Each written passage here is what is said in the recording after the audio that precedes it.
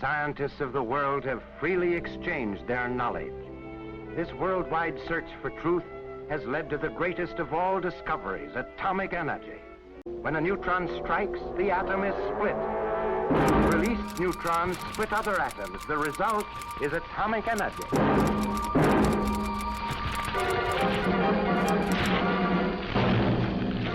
Shall the people of the world use this energy for the destruction or the betterment of mankind?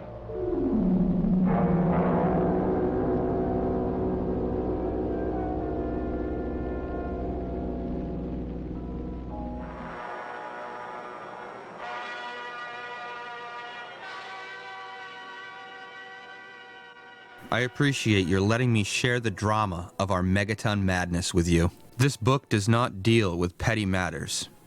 It tells how to operate our lives and our world. It tells us how to stay alive. The mess we've brought upon ourselves is a most perilous and challenging one. The broad picture pieced together here will show you the immensity of the nuclear dangers, the futility of any defense or protection, the power of the new awareness, and your role in the unfolding drama. There is a phenomenon I'd like to tell you about. In it may lie our only hope for a future for our species. Here is the story of the 100th monkey. The Japanese monkey, Macaca fuscata, has been observed in the wild for a period of over 30 years. In 1952, on the island of Koshima, scientists were providing monkeys with sweet potatoes dropped in the sand. The monkeys liked the taste of the raw sweet potatoes, but they found the dirt unpleasant. An 18-month-old female named Imo found she could solve the problem by washing the potatoes in a nearby stream. She taught this trick to her mother. Her playmates also learned this new way, and they taught their mothers too. This cultural innovation was gradually picked up by various monkeys before the eyes of scientists. Between 1952 and 1958, all of the young monkeys learned to wash the sandy sweet potatoes to make them more palatable. Only the adults who imitated their children learned this social improvement. Other adults kept eating the dirty sweet potatoes. Then something startling took place. In the autumn of 1958, a certain number of Koshima monkeys were washing sweet potatoes. The exact number is not known. Let us suppose that when the sun rose one morning, there were 99 monkeys on Koshima Island who had learned to wash their sweet potatoes. Let's further suppose that later that morning, the 100th monkey learned to wash potatoes. Then it happened. By that evening, almost everyone in the tribe was washing sweet potatoes before eating them. The added energy of this 100th monkey somehow created an ideological breakthrough. But notice, a most surprising thing observed by these scientists was that the habit of washing sweet potatoes then jumped over the sea. Colonies of monkeys on other islands and the mainland troop of monkeys at Takasakiyama began washing their sweet potatoes. Thus, when a certain critical number achieves an awareness, this awareness may be communicated from mind to mind. Although the exact number may vary, the 100th monkey phenomenon means that when only a limited number of people know of a new way, it may remain the consciousness property of these people. But there is a point at which only one more person tunes in to a new awareness. A field is strengthened so that this awareness is picked up by almost everyone. Your awareness is needed in saving the world from nuclear war. You may be the 100th monkey. You may furnish the added consciousness energy to create the shared awareness of the urgent necessity to rapidly achieve a nuclear-free world. If I knew then what I know now, I never would have helped to develop the bomb, spoke George Kistiakowsky, an advisor to President Eisenhower who worked on the Manhattan Project. Let's look at the almost incredible nuclear monster we have created in the last 40 years on planet Earth. Herbert Scoville Jr., former Deputy Director of Research of the Central Intelligence Agency, warns, "The unfortunate situation is that today we are moving, sliding downhill toward the probability or the likelihood that a nuclear conflict will actually break out and that somebody will use one of these nuclear weapons in a conflict or perhaps even by accident. The only result of a substantial nuclear exchange would be a hollow victory in which the winners would be no better off than the losers. An all-out nuclear war could make our planet uninhabitable for 1,000,000 years. A nuclear war can end the way we live. It cannot be won. It can only be lost. Winning equals losing. The word war is too mild to apply to this nuclear craziness. Carl Sagan at the Conference on Long-Term Biological Consequences of Nuclear War stated, "We have an excellent chance that if Nation A attacks Nation B with an effective first strike, counterforce only, then Nation A has thereby committed suicide, even if Nation B has not lifted a finger to retaliate." Suppose you and your family are rafting down an unexplored river.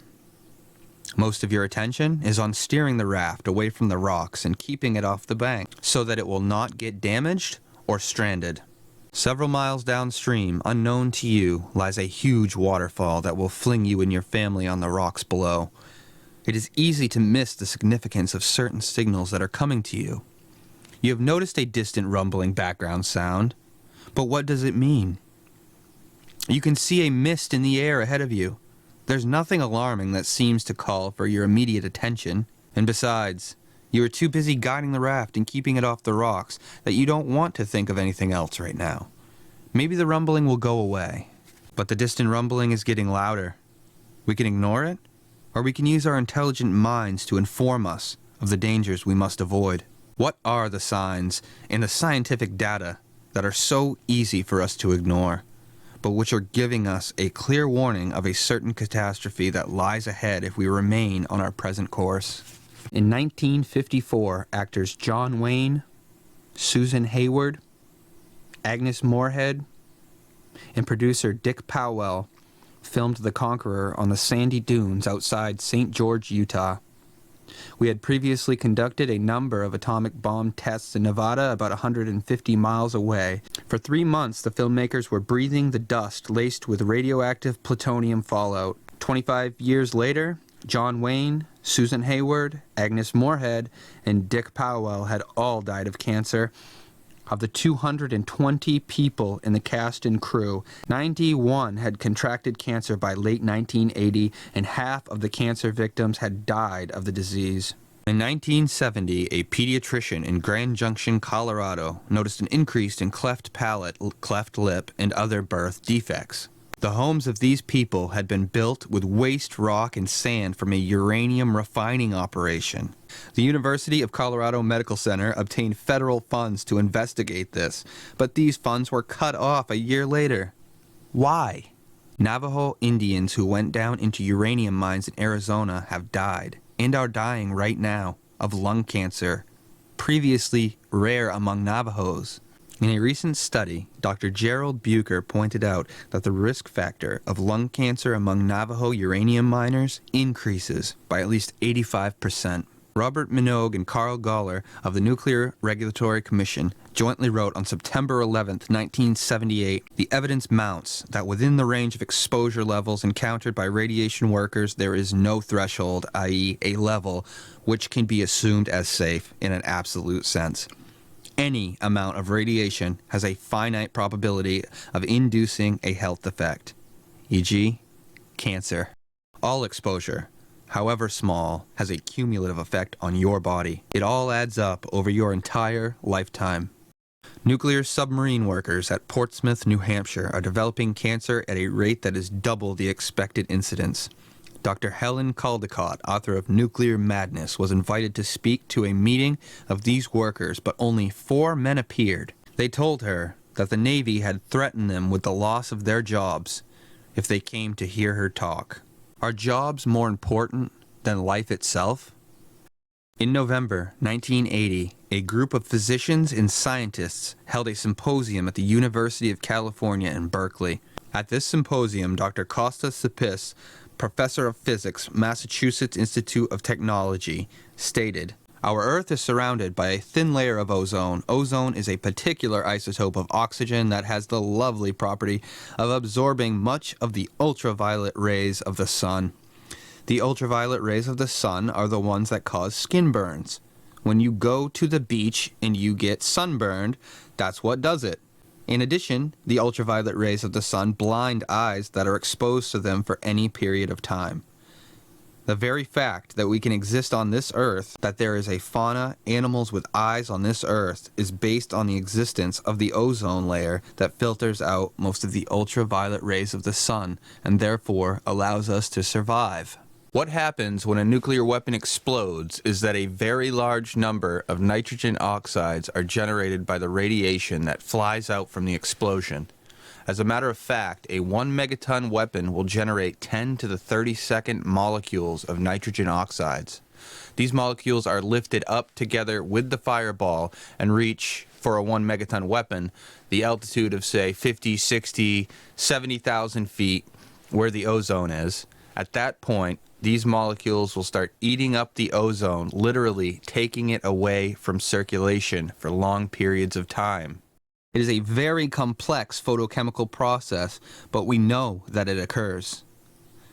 The National Academy of Sciences felt quite sure to state that if you have exploded in a very short period of time, 50% of the weapons that will be available in the arsenals of the Soviet Union and the United States by 1985, this simultaneous explosion will create enough nitrogen oxides to take out 50 to 70% of the ozone layer above the northern hemisphere and 30 to 40% of the ozone layer in the southern hemisphere, because we assume that all of these explosions will take place in the northern hemisphere. The latest word out of the scientific laboratories is that a 20% depletion of the ozone layer will allow enough ultraviolet light to come to Earth that it will blind all unprotected eyes. Now, we can all wear glasses, but the animals and the birds will not wear glasses, and they will all be blinded, and they will all eventually die. And this is the largest scale ecological catastrophe that one can imagine, that all the fauna on the earth will be blinded and eventually die. I can think of nothing else that is a more massive ecological dislocation, to use a mild word. The entire ecosystem will collapse, because if we don't have insects, for example, to pollinate the flowers, we won't have fruit. The whole thing collapses, and that is what will happen, most probably, if only 50% of the weapons in the arsenals of the two superpowers in 1985 were to be exploded within a few days in a nuclear war. If you are within a few miles of a nuclear detonation, you'll be incinerated on the spot. And if you survive the blast, what does the future promise? The silent but deadly radiation, either directly or from fallout, in a dose of 400 rems could kill you within 2 weeks. Your hair would fall out, your skin would be covered with large ulcers, you would vomit and experience diarrhea, and you would die of infection or massive bleeding as your white blood cells and platelets stopped working. If you have less exposure to this deadly radioactivity, you may develop leukemia in 5 years. Hiroshima survivors were 30 times more likely to have this fatal disease than the unexposed population. A smaller amount of exposure sets you up for cancer in 12 or more years. Even a tiny invisible particle of plutonium is so radioactive that it can cause cancer or alter your genes so that your children may be deformed at birth. Plutonium has been called thalidomide forever. Uranium, mined from the earth, is converted by a processing facility or a nuclear power plant into plutonium, strontium-90, and many other dangerous radioactive poisons. Plutonium is used in making high-yield nuclear bombs. It has a half-life of 24,400 years and is poisonous for at least 500,000 years. Dr. Helen Caldicott writes, "As a physician, I contend that nuclear technology threatens life on our planet with extinction. If present trends continue, the air we breathe, the food we eat, and the water we drink will soon be contaminated with enough radioactive pollutants to pose a potential health hazard far greater than any plague humanity has ever experienced. Unknowingly exposed to these radioactive poisons, some of us may be developing cancer right now. Others may be passing damaged genes, the basic chemical units which transmit hereditary characteristics to future generations, and more of us will inevitably be affected unless we bring about a drastic reversal of our government's pro-nuclear policies. We are about to drown in nuclear sewage. We now have about 100 million gallons of dangerous radioactive effluents that no one knows what to do with, and it's globally increasing at a catastrophic rate. There is no way to safely dispose of this extremely dangerous, corrosive, radioactive garbage in leak-proof containers that will be continuously protected by competent guards free from war, earthquakes, floods, and tornadoes for hundreds of thousands of years. What right have we to burden future generations with this ever-increasing threat of their well-being?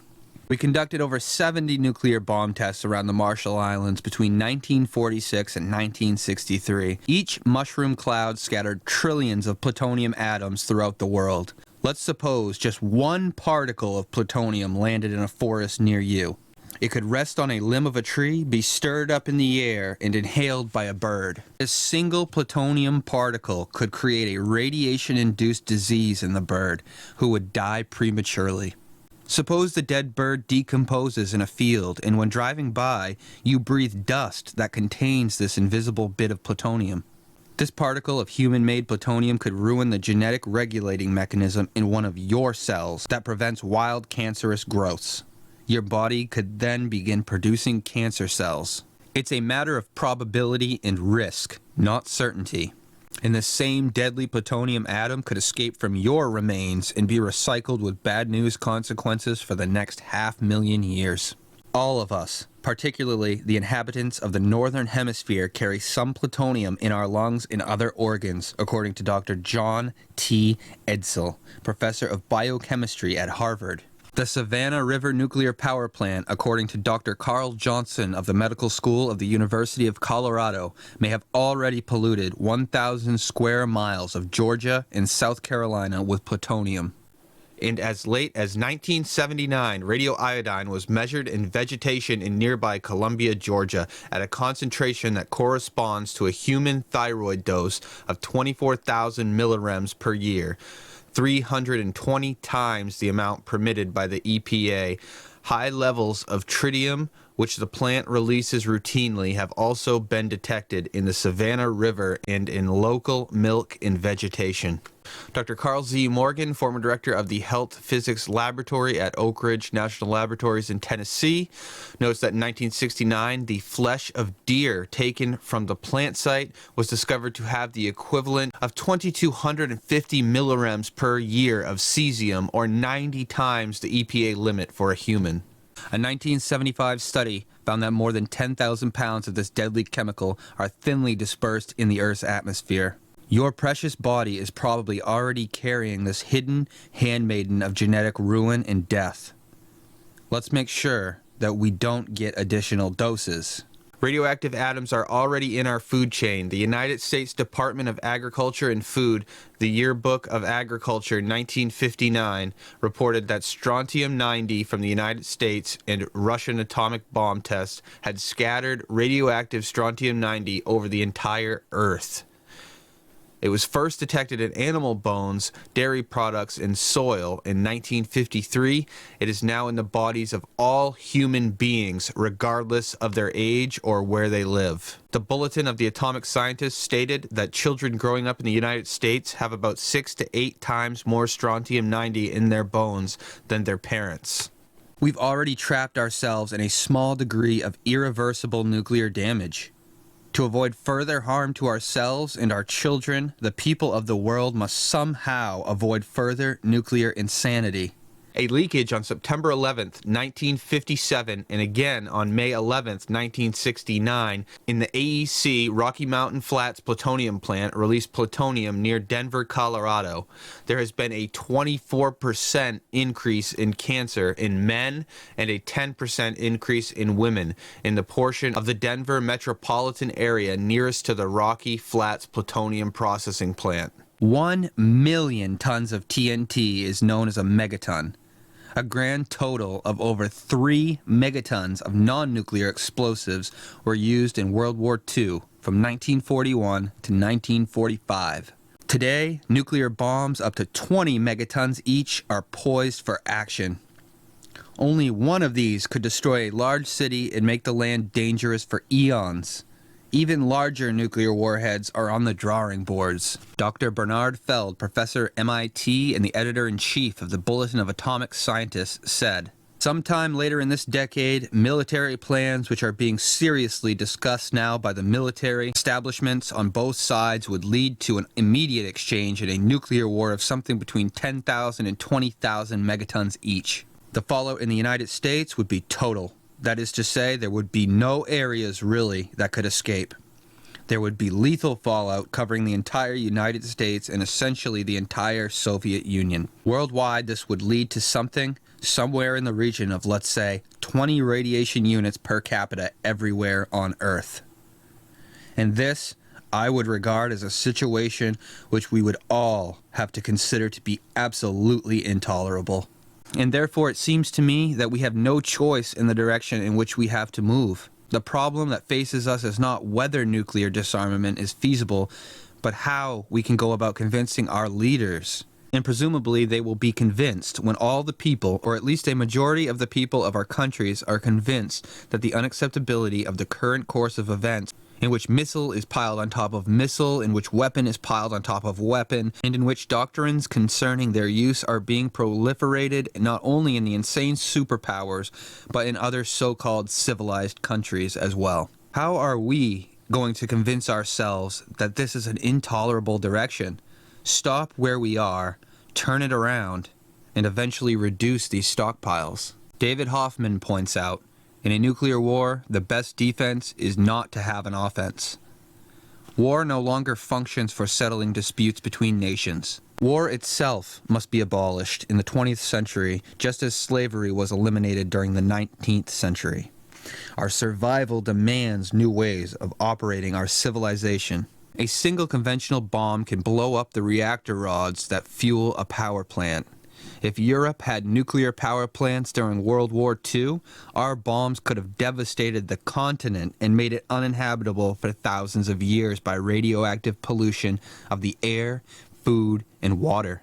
Any nuclear reactors anywhere make us vulnerable to aggression and fanaticism by politicians and terrorists, even if they don't have access to nuclear bombs. When we even maintain a supply of nuclear bombs as a deterrent, we are dangerously perpetuating the illusion that our safety and security lie in nuclear materials. Such a consciousness makes inevitable the competitive stockpiling and future use of these materials. The passions of many military and political leaders and terrorists are such that, sooner or later, they will unleash every bit of destructiveness they can get their hands on. A nuclear war could blow enough fine dust into our stratosphere to filter out our sunlight and create a nuclear winter that could freeze out most human and animal life on the planet. Here is a report of the conference The World After a Nuclear War in Washington, D.C., November 1983. Well over 100 scientists working independently in countries such as the United States, Germany, and the Soviet Union presented a grim consensus that was summed up by Stanford University ecologist Paul Ehrlich. The 2 to 3 billion who are at least able to stand up after the last weapon goes off are going to be, at least in the northern hemisphere, starving to death in a dark, smoggy world. The World Health Organization has concluded that a major nuclear war between the United States and the Soviet Union could leave 1.1 billion dead from immediate nuclear effects of the blast, fireball, and radiation. Another 1.1 billion would be injured, since medical facilities would be almost wiped out. Most of the injured will die. The ultimate toll within a few months is estimated by this study to be more than 2 billion people, or roughly half of the world's population. But will the survivors be much better off? Ehrlich points out that even at noon, the Earth will be almost completely dark because of the millions of tons of dirt and debris that the nuclear explosions will throw into the sky. He points out that rampaging forests and city fires may burn 50% to 60% of the United States and send huge amounts of smoke into the sky. It will take many months to settle back to Earth.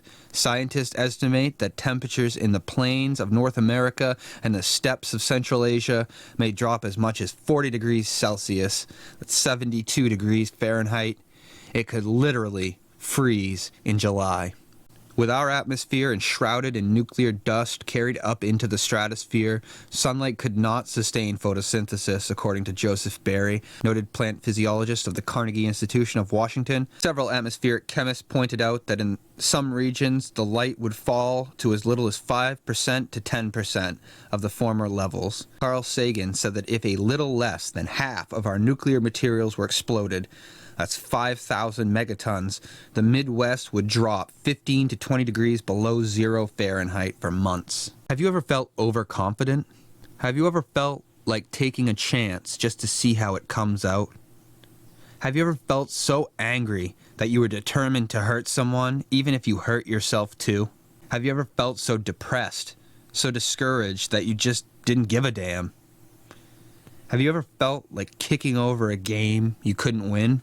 People close to Nixon in his last days in office reportedly deactivated the signal mechanism that our president can use to hurl our nuclear holocaust at Russia and destroy the world. The United States and Russia have enough military hardware to destroy every city on Earth 7 times, and other nations are scrambling to acquire this dreadful suicidal power. Why do we have to live under these perilous conditions? The US, Russia, France, Great Britain, Italy, and West Germany are selling nuclear and conventional arms to other countries at the rate of over 350 million per day. It's sad to note that our economies and our diplomacy are developing a dependency on our roles as merchants of death. Eventually, every large or small country on this planet could have a supply of deadly nuclear bombs. Nuclear bombs are not that difficult to make. 8,000 pounds of plutonium and uranium are now missing from U.S. facilities, according to the Nuclear Regulatory Commission.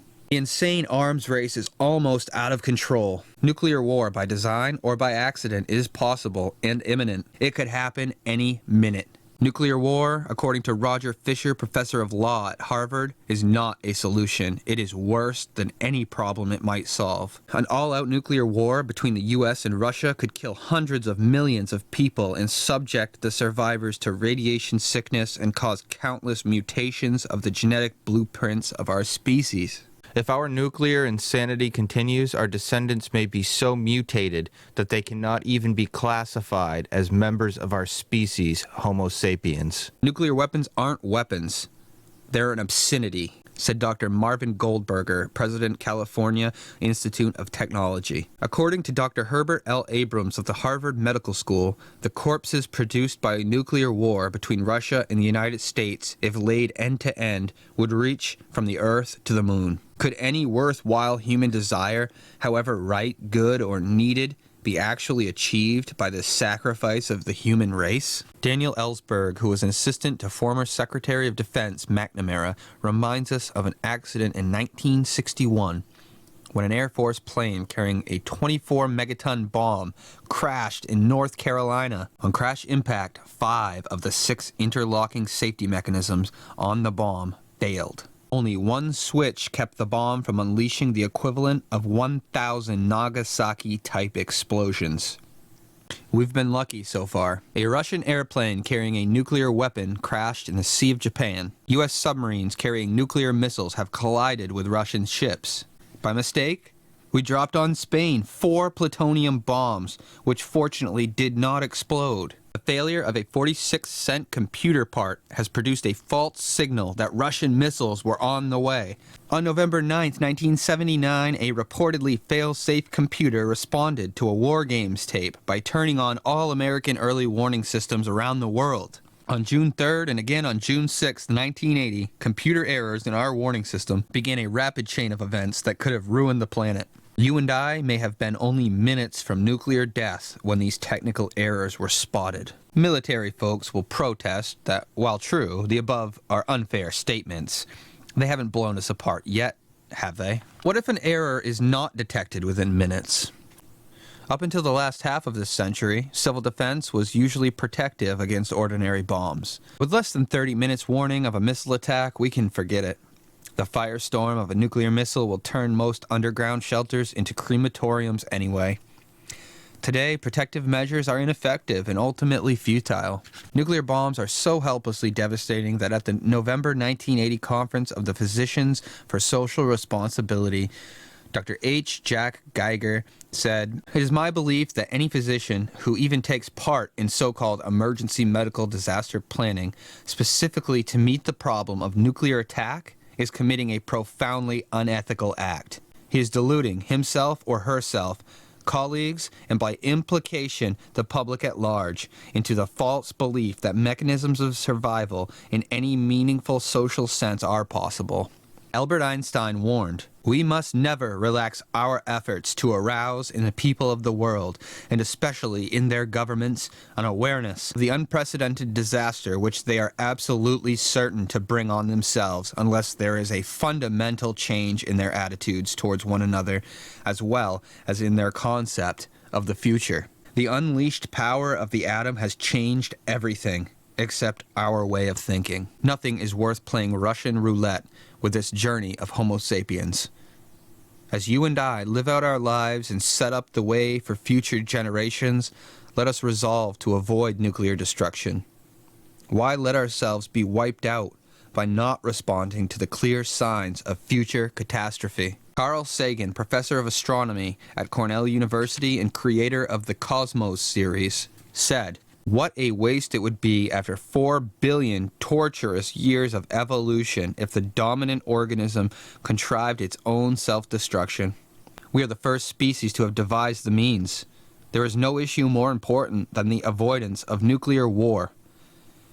It is incredible for any thinking person not to be concerned with this issue.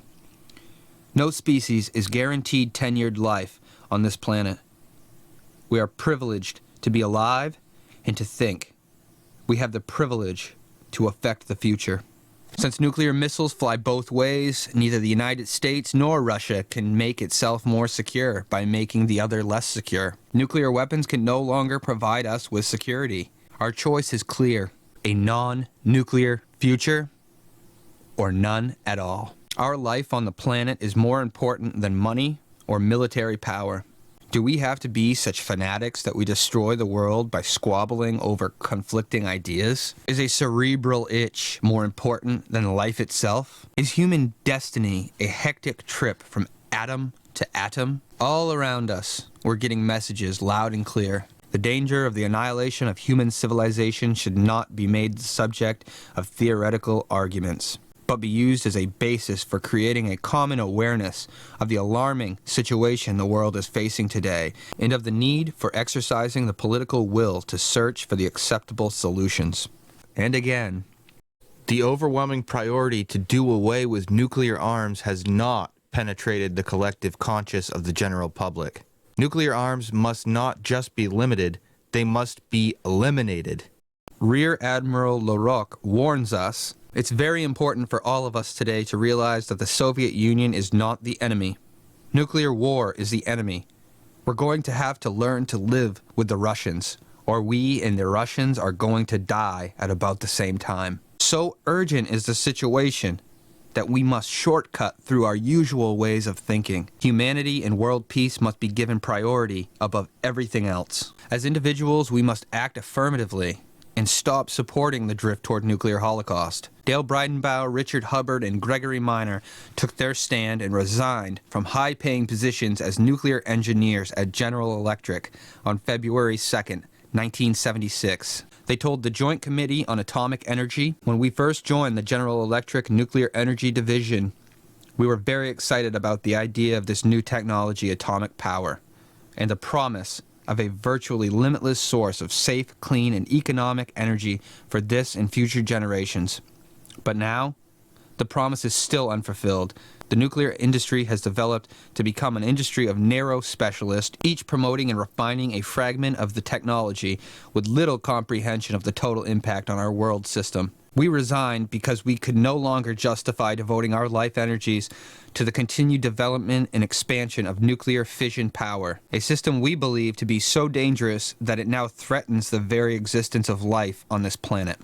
The problem of nuclear poisoning of the planet can only be solved by educating the people on Earth about the nuclear facts of life. The people of Russia, the United States, and all other countries can be made aware of the nuclear peril. When the people of this Earth know the facts, they will not want to live poised on the brink of nuclear annihilation. The war planning process of the past has become totally obsolete. Attack is now suicide, said Thomas J. Watson Jr., former ambassador of the Soviet Union and president of IBM. Watson warns us against the illusion that we cannot sign treaties with the Russians because they systematically violate them. Let us be clear about this. There are major differences between our two countries. Soviet values are diametrically opposed to ours. Contention between us on a global scale is a fact of life. Suspicion is the keynote of our relations. But having said that, let me add this. On the evidence, the Soviets do keep agreements, providing each side has an interest in the other's keeping the agreement, and provided each side can verify compliance for itself. In 1958, a Russian nuclear installation exploded at Kishtim. Radioactive clouds devastated the countryside for hundreds of miles. This area of the Ural Mountains is now a wasteland that cannot be safely inhabited for a millennia. It's interesting to note the U.S. government hid this CIA report for almost 20 years. It only came to light in 1977 under the Freedom of Information Act. In 1981, George Kennan, former ambassador to Moscow and one of our foremost authorities on Russia, called for an immediate, across-the-board 50% reductions in all kinds of nuclear arms as a first step by both sides. He pointed out, we have gone on piling weapon upon weapon, missile upon missile, new levels of destructiveness upon old ones, helplessly, almost involuntarily, like victims of some sort of hypnotism, like men in a dream, like lemmings heading for the sea. And the result is that today we have achieved, we and the Russians together, and the creation of these devices and their means of delivery, levels of redundancy of such grotesque dimensions as to defy rational understanding. What a confession of intellectual poverty it would be. What a bankruptcy of intelligent statesmanship if we had to admit that such blind, senseless acts of destruction were the best that we could do. Dr. Jim Muller of the Harvard Medical School reports that in March 1981, at a conference held by the International Physicians for the Prevention of Nuclear War, Dr. Yevgeny I. Shezov, Deputy Minister of Health of the USSR and cardiologist to Chairman Brezhnev and other Kremlin leaders, revealed that he had spent 35 minutes in national Soviet television discussing the medical consequences of nuclear war. The conference itself was covered in detail by Pravda, with a circulation of over 10 million Izvestia, over 8 million, and so on. Statements about the impossibility of surviving nuclear war and appeals to the world leaders to prevent it were printed intact. In June 1982, Dr. Muller and Dr. Bernard Laun and Dr. John Pastor appeared on Soviet television with Dr. Shezov and two other Russian physicians. Dr. Shezov said, "We have come here openly and honestly to tell the people about our movement, whose main objective is the preservation of life on Earth." They discussed such topics as the effect of a 1 megaton bomb on a city, medical care for the victims, and long-term effects of radiation fallout. The 1-hour telecast was seen by an estimated 100 million Russians, and it was not censored. Dwight D. Eisenhower, who served as a 5-star general in World War II, and who also served as President of the United States, could speak as one who has witnessed the horror and lingering sadness of war, as one who knows that another war could utterly destroy this civilization, which has been so slowly and painfully built over thousands of years. In 1953, Eisenhower said, "Every gun that is made, every warship launched, every rocket fired, signifies in a final sense a theft from those who hunger and are not fed, those who are cold and not clothed. This world in arms is not spending money alone. It is spending the sweat of its laborers, the genius of its scientists, and the hopes of its children." By 1959, this general and statesman said, "I like to believe that people in the long run are going to do more to promote peace than our governments." Indeed, I think that people want peace so much that one of these days governments had better get out of their way and let them have it. The Council for a Livable World has pointed out that military expenditures of themselves are destructive to human life, even if the weapons they stockpile are never used. The Council for a Livable World was founded in 1962 by the eminent nuclear physicist Dr. Leo Szilard to combat the menace of nuclear war and strengthen national security through rational arms control. The people of Earth are now spending $1 million per minute on armaments. Once we stop preparing to blast each other apart, we will find that we can easily solve all the world's hunger, water, and shelter problems. More than $18 billion in arms sales were made to third world countries in 1980, up from $8 billion in 1975. Let them eat guns? What can you and I do about the biggest problem our world has ever faced? In case you are feeling that there is nothing you can do about the increasing nuclear menace that hangs over our heads, remember the story of the 100th monkey. You may be the 100th monkey. Your own awareness and action can be the added energy needed to make the difference between life or death for you, your family, and all of us. Dr. Caldecott reminds us the power of an aroused public is unbeatable. Vietnam and Watergate proved that. It must be demonstrated again. It is not yet too late. For while there is life, there is hope. There is no cause for pessimism, for already I have seen great obstacles surmounted, nor need we be afraid, for I have seen democracy work. Mass action is effective. 80,000 people in June 1977 marched in Australia, demanding that uranium be left in the ground where it belongs. This protest was successful. In Germany, after experiencing nuclear protest, West German Chancellor Helmut Schmidt said one cannot simply force nuclear energy down people's throats. A Time magazine poll showed that 76% of voters in the United States support a nuclear freeze. Statewide votes in Massachusetts, Michigan, Montana, New Jersey, North Dakota, Oregon, Rhode Island, California, Wisconsin, and the District of Columbia have called for immediate negotiations for a verifiable freeze in the production, testing, and deployment of all nuclear weapons, missiles, and delivery systems. In Massachusetts, voters backed a proposal that would require a referendum before any nuclear waste site or power plant can be established. The United Nations organization with its worldwide offices will help if requested. Once there is an initiative from a region, the countries and regional organizations concerned should be able, upon their request and in the manner they wish, to draw to the fullest extent of the resources and possibilities of the United Nations system. In June 1981, a Gallup poll asked Americans, do you think that the United States should or should not meet with the Soviet Union this year to try to reach an agreement on nuclear disarmament? 80% said we should meet. 13% said we should not, with 7% undecided. In addition to mass action, we must alter the separating mental habits that created the nuclear problem from the start. Let's examine the change in consciousness that must take place for 4 billion of us to get along together on planet Earth. How we think and feel has got us into this nuclear problem. The way to our survival lies in altering how we think and feel. We must use the power of our collective consciousness as we learn to focus on peace and human togetherness. The men and women of the nuclear nations must be willing to give up their plutonium security blankets. Instead, we must really be willing to really listen so we can really understand what's really bothering them. We must get behind emotional rigidity, intellectual jargon, and logic-tight compartments of the mind. We must realize that there are no simple right answers. We must stop risking the survival of our planet by demanding that we always get our way. If we always get our way, there is no real negotiation. Together, we must develop effective understandings based on both sides, working together to create mutually acceptable solutions that we can all live with. It's our separate self-mental habits that are the cause of our survival predicament. The bomb is not the real problem. It's only an effect of our attitudes.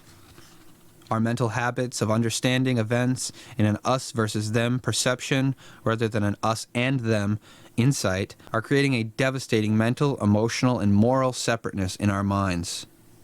If the human race can't learn to get along with itself, it will soon exterminate itself.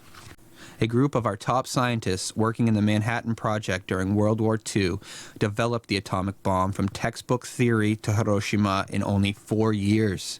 What would happen if an equally dedicated group, backed by our nation's resources, worked together to create a world consciousness of our common humanity and a unity for our human hearts and minds that would make all armaments useless? Any problem created by the human mind can be solved by the human mind. What's stopping us?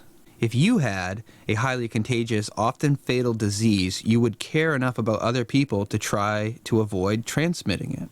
Could the expectations and demands that make you feel hatred, alienation, and a me versus them separateness be considered a disease? Such emotion-backed demands are more deadly to the survival of the human race than all contagious diseases added together.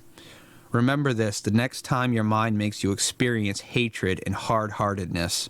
If we want humankind to survive into the next century, we can no longer afford to transmit the deadly viruses of hatred, non-caring, and forcefully getting one's way that lead to murder, assassination, and ultimately to nuclear destruction.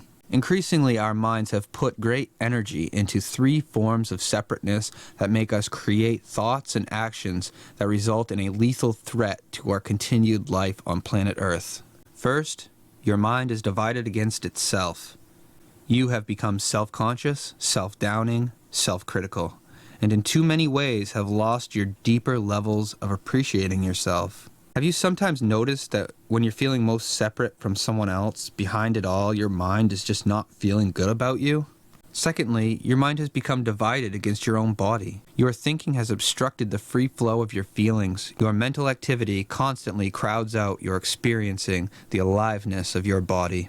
You have neglected your body and instead put your energy into activities involving pride, prestige, and that ever-seductive success that have not brought you happiness or peace of mind. Thirdly, just as your mind has become divided against itself and against the body which houses it, it has also increasingly alienated itself from your 4 billion cousins that are here and now sharing the planet with you. You have lost the bond with Mother Earth herself and all her creatures, forgotten how we all depend on each other. In too many situations, we automatically experience people as them, not us. These jungle-type habits of mind are dangerous to our species. In the millions of years in which our ancestors were surviving in the jungles, it was important for their minds to create an instant self versus other perception. For animals eat other animals, and no species can survive if all of its members are eaten up. This instant perception of otherness is basic to survival for animals in the jungle. We can learn a more effective way to make our lives work. We are still creating a jungle of our civilized lives by continuing the operation of our us versus them mental habits. We are all in this together. Love alone, wrote Teilhard de Chardin, is capable of uniting living beings in such a way as to complete and fulfill them, for it alone takes them and joins them by what is deepest in themselves. Understanding, cooperation, and love are the keys to human survival. The problem I find in trying to go from the separate self to the consciousness of my unified self is that my ego operates under the illusory programming that in order to like or love you, I must like or love everything you do or say. I identify you with your thoughts or your actions. I lose sight of the fact that your thoughts and actions just reflect your life experiences and your training. I may crystallize my mind against what you do or say and fail to notice your good intentions, which usually are just like mine. Even if you drop a bomb on me, your purpose is to settle arguments and create peace. These are good intentions just like mine. You just need a more effective way to realize your positive intentions.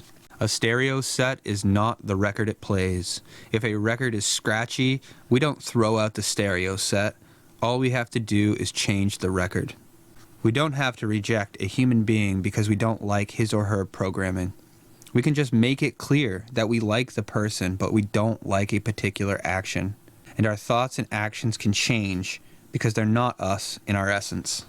I have the direct experience that in my essence, I am something apart from the mental habits that spin out of my personality and the current soap opera of my life. Thus, I can dislike a person's behavior and still feel that this is a human being who, like me, is just trying to make life work, using the programming we picked up when we were young. Your thoughts and actions are only a set of mental habits in a state of flux as you evolve from stage to stage of your life's growth. All of us have done mean, sloppy, and uncaring things that we wish we hadn't done. I always hope that you won't identify me with the things that I've done that were unskillful responses to life situations. The mind can be trained to nurture a me and you consciousness in which patience and understanding will compassionately harmonize the flow of our activities so that we all want to help each other work things out. We can develop an awareness that things aren't problem-free for me until they're problem-free for you. This applies equally to relationships between individuals or between countries. When I create my experience of you, I may forget that you are not your thoughts or actions. I don't know you from inside as I experience myself. I may forget that in every important way, you are like me.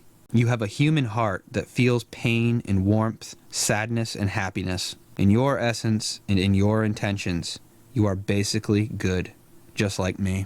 And my ego is often too ready to treat as important all the differences that my mind notices: lifestyle, skin color, social status, educational background, our differing ideas and opinions, and on and on. When I continually magnify these outward signs, I create the experience that you are really different from me. It's time we begin to realize that you and I are far more alike than we are different. We are all fellow beings traveling the road of life together. We don't live in isolation. We are all interconnected. We all live in one world. We are affected by a lack of harmony of any type anywhere on the planet, even if we're not consciously aware of it. We are not separate. What we say and do can affect the well-being of all of us. We know that our health may be affected if we live among diseased people. What we are beginning to learn is that our peace of mind may be affected if we live among disturbed people. Our happiness may be affected if we live among unhappy people. Our love may be affected if we live among clashing, unloving people. And even the future of our species is affected if various nations are stockpiling nuclear devices designed to destroy each other. The nuclear nations today have created a total of 50,000 nuclear devices, each of which is an expression of the consciousness of the separate self. These dangerous toys enable some children of Earth pompously playing the roles of military and political leaders to kill fellow humans in other nations. We pay a horrendous price for this separate self, this me versus you, jungle-type consciousness. No matter what illusions may dominate our minds, nuclear devices are suicidal for our species. Any perception that our lives are an us versus them matter is an illusion, and can only create alienation, unhappiness, and perhaps death. If our species is to survive, it must replace the illusions of separateness with the emotional experiences of acceptance, cooperation, and togetherness. Instead of you versus me, it must become you and me on this planet together. However much our ideas and ideologies may clash, we must remember that nothing is more important for survival and for happiness in life than feelings of understanding and commonness of human purpose. All of the nations on Earth are acting like spoiled children who are fighting over marbles. Children forget that their happiness comes not from possession of the marbles, but from the fun of playing together and from creating the great adventure of life together. We can learn to keep our squabbles within bounds. We can learn to disagree without throwing each other out of our hearts and thus create rock-like hatreds. Whatever we expect to get by creating hatred and separateness, even if justified, is always purchased at far too great a price. Human love, our heart-to-heart love, is more valuable than anything else. If we have this, we have enough. Without this love in our hearts, nothing else will be enough. Saron Kerrigan said, "To love human beings is still the only thing worth living for. Without that love, you really do not live." Let us not ruin our future because of anything that happened in the past. Let us challenge our present approaches and rethink old assumptions. Would you want your children to die because your mind is not flexible enough to forgive? From the point of view of our complex desire systems, life will always seem imperfect. We win some and we lose some. Can we expand our hearts so that we do not hate even the proponents of nuclear power? Can we learn to feel love and compassion for the people involved in perpetuating nuclear technology, even when they're unable or unwilling to understand the reasons for our concern? Always remember that feelings of anger and hatred and separateness are our only problem. Let's not try to save the world by increasing the problem. The next step in our growth as individuals and as a species requires that our minds experience the planetary urgencies of letting go of separating mental habits and demands that close our hearts to other people. We are challenged by our destiny to increase our ability to create with many people the enjoyable experiences of acceptance and cooperation. Individual and species survival means increasing our tolerance, our patience, and our understanding so that we do not continue to drive ourselves crazy when people or situations are not the way we want them to be. We can no longer afford to create separateness and alienation if we want to get the most from our lives. We can still want what we want. We can think it's only fair or right to get it. We can still put gentle energy into trying to change things. But we must learn not to throw people out of our hearts. We tear each other apart too easily. We are all like kids, taking our disagreements and our differences too seriously. When will we learn that it is only our emotion-backed demands that make us create the internal experience of unhappiness? Our egos and rational minds are so good at making us feel and think that the problem of human separateness lies in the outside world and not inside ourselves. With practice, this mental skill of inner flexibility will make us even more effective and powerful. It takes a strong person to be able to lovingly but directly communicate what he or she wants to someone who disagrees and acts hostile. You will increase your skill in helping the world when you learn to be mentally flexible. This means being able to constantly blend back into creating the experience of life as a whole with appreciation, cooperativeness, and love for the people around you, even when they oppose you.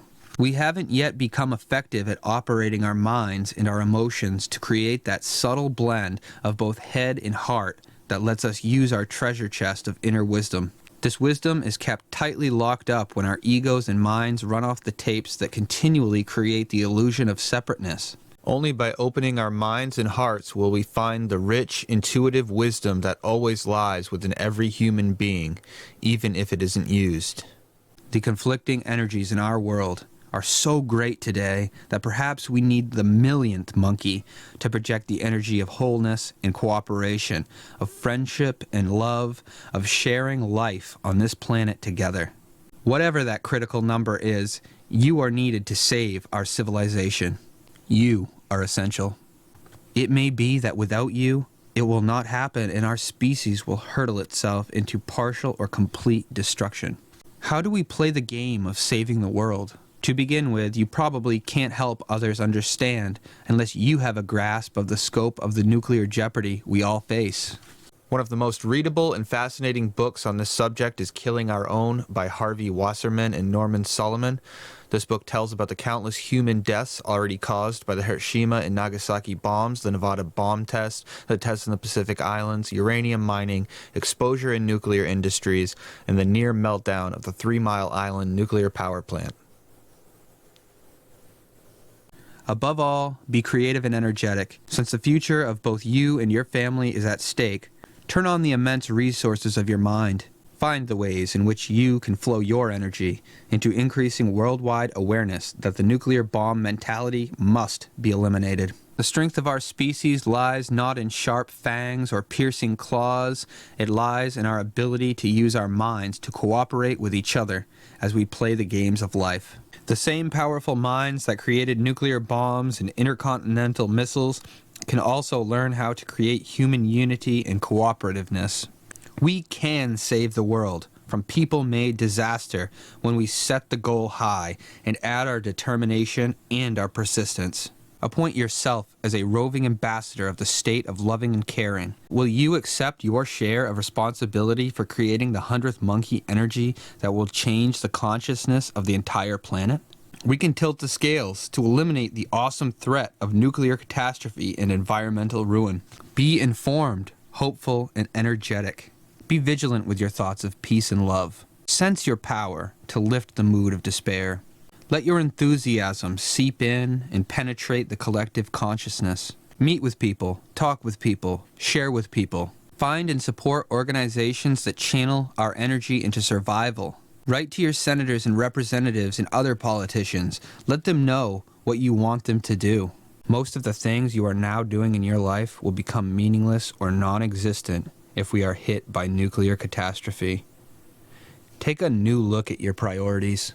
This does not necessarily mean leaving your work or your present lifestyle. It means giving an increasing energy and priority to expanding your own awareness, to communicating with other people who are now asleep, and to withdraw energy from all thoughts and actions which create human alienation, separateness, destruction, and death. Do not wait until others around you are opening their hearts. Instead, begin doing things now that are so desperately needed for the conscious unfolding of your life and the survival of our species. Your dedication to saving our lives and the planet Earth will bring your own life to a level of satisfaction and well-being that you may never otherwise achieve.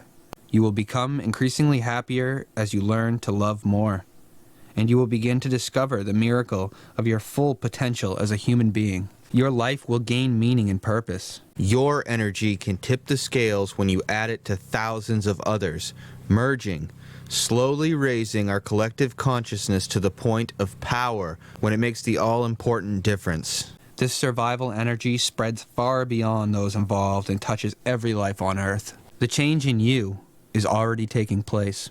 You now know the immensity of the dangers, the futility of safety measures, and the need for action right now using the power of our new awareness.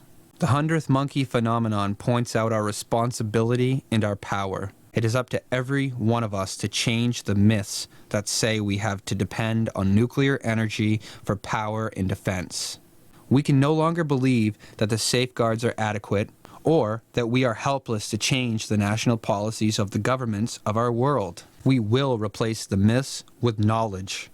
Our persistence will relentlessly channel our positive thoughts toward peace and a harmonizing world. And that starts right here, in my heart and yours, right now. In this short book, I can only give you a glimpse of the miracle of life you can experience. This rapture of life is your birthright to create and enjoy. This book can only hope to inspire you to take the next steps in your own development for your sake and the survival of our species. This is the most pressing problem we face today. Everything else in our civilization is of secondary significance. It is worthy of your full attention as an intelligent, caring, wise, and wonderful person. We can begin to lose the game of life when we play nuclear war games. Like children, our egos and minds create the illusion that the ideas in our heads and our desires for marbles are more important than feelings of human togetherness in our hearts. We cannot afford to play such enthusiastic games with loaded nuclear pistols anymore. The marbles just aren't worth it. Nuclear war is good for nothing.